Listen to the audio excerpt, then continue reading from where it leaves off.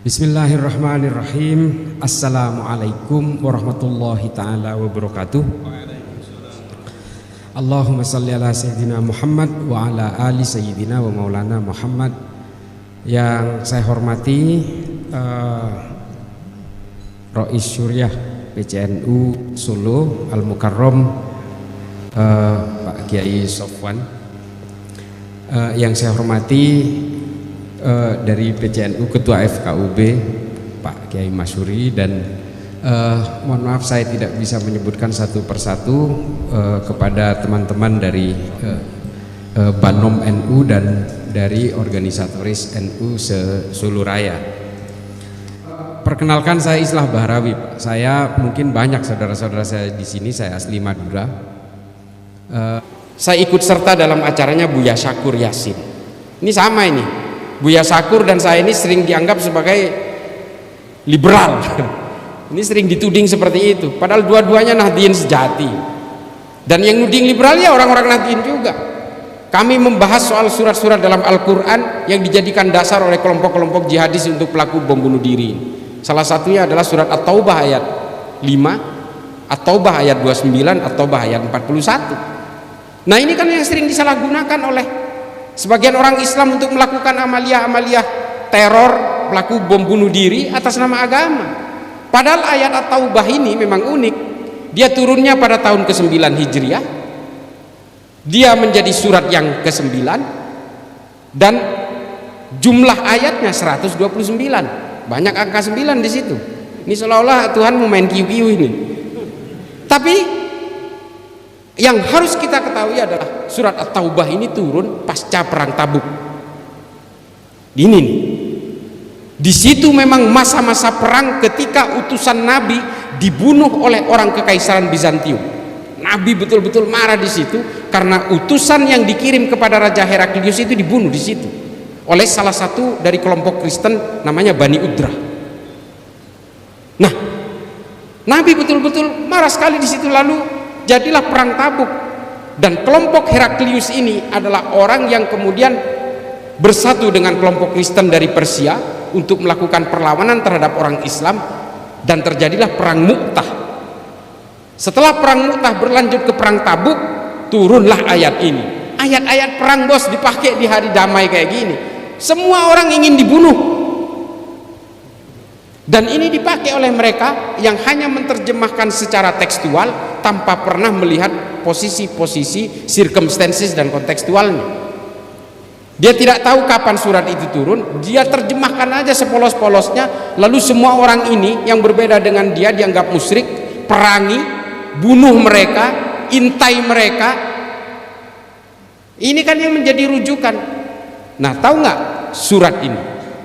3 surat ini ditemukan di dalam tersangka pelaku bom bunuh diri kemarin di Bandung. Makanya kita bahas tadi malam dengan Buya Syakur.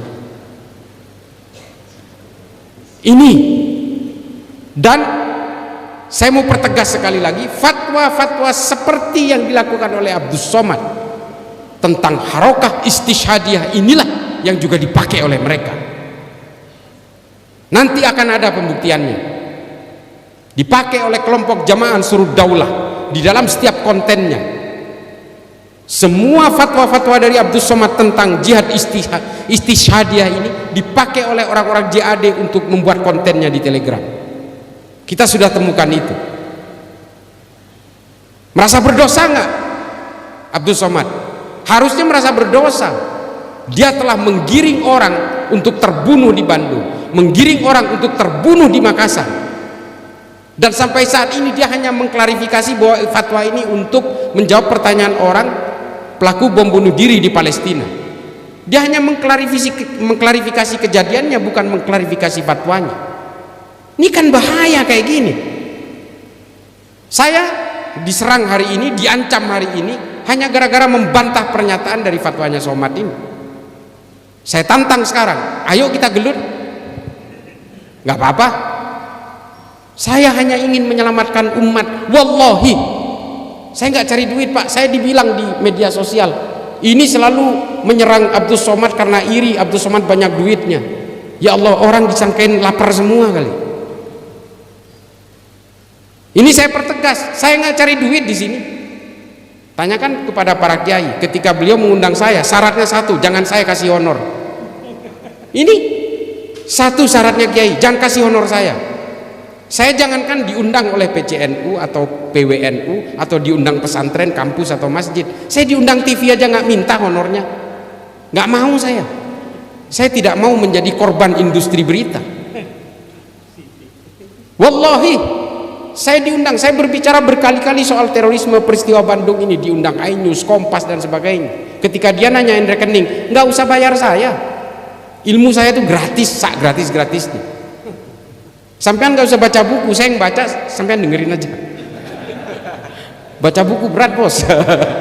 Saya 1000 halaman loh per bulan, 250 halaman per minggu. Hidup saya itu sama buku.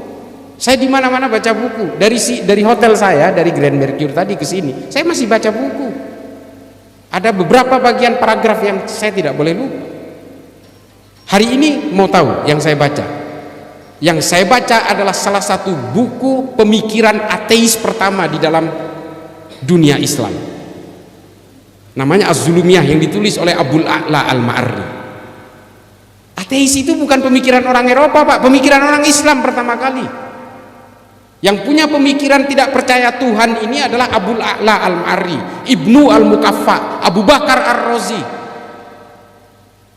Betapa hebatnya, bukan hebat ya dalam konteks ini, pemikiran-pemikiran dan keilmuan Islam itu menjadi luar biasa, baik yang negatif maupun yang positif, baik yang memperdalam kita kepada kepercayaan-kepercayaan tauhid dan akidah, sampai kepada orang-orang yang melanggar akidah sekalipun, yang murtad sekalipun, dilahirkan oleh kita, karena kita memang hidup dengan keilmuan-keilmuan yang luar biasa. Dan kemudian mengilhami pemikiran Ernest Bloch, Feuerbach, Marx, Darwin dan sebagainya, yang kemudian juga nggak percaya Tuhan pada akhirnya. Sanadnya kepada siapa? Pemikir Islam. Sampean kalau baca kitab-kitabnya Abu Bakar Razi, sakit Pak hati kita. Dia betul-betul seolah-olah membuktikan bahwa Tuhan itu nggak ada, Nabi itu pembual, Al-Quran ini adalah kecap, bukan wahyunya dari Allah dan segala macam. Dan ini diadopsi oleh pemikir-pemikir Inggris hari ini, Richard Dawkins, Tim Hitchens, The Four Horsemen dan sebagainya. Saya baca semua buku mereka. Saya kalau ingin tahu tentang Nabi, tentang Rasulullah, saya juga membaca sejarah yang ditulis oleh orang-orang non-Islam, William Montgomery Watt, Maxim Robinson. Saya baca Pak, saya ingin tahu otak orang yang non-Islam ini seperti apa terhadap Islam. Jangan kalah kita. Masa orang-orang non-Islam aja yang berusaha memata-matai Islam, ya kita juga harus memata-matai mereka. Bukan apa? Supaya kita betul-betul tidak terlibat dalam perpecahan-perpecahan kemanusiaan. Itu aja tujuan saya. Kita tidak boleh saling mencaci maki karena perbedaan. Semua ajaran ini kan mengaku paling otentik Pak. Orang NU ngaku paling otentik. Wah, Wahabi salah.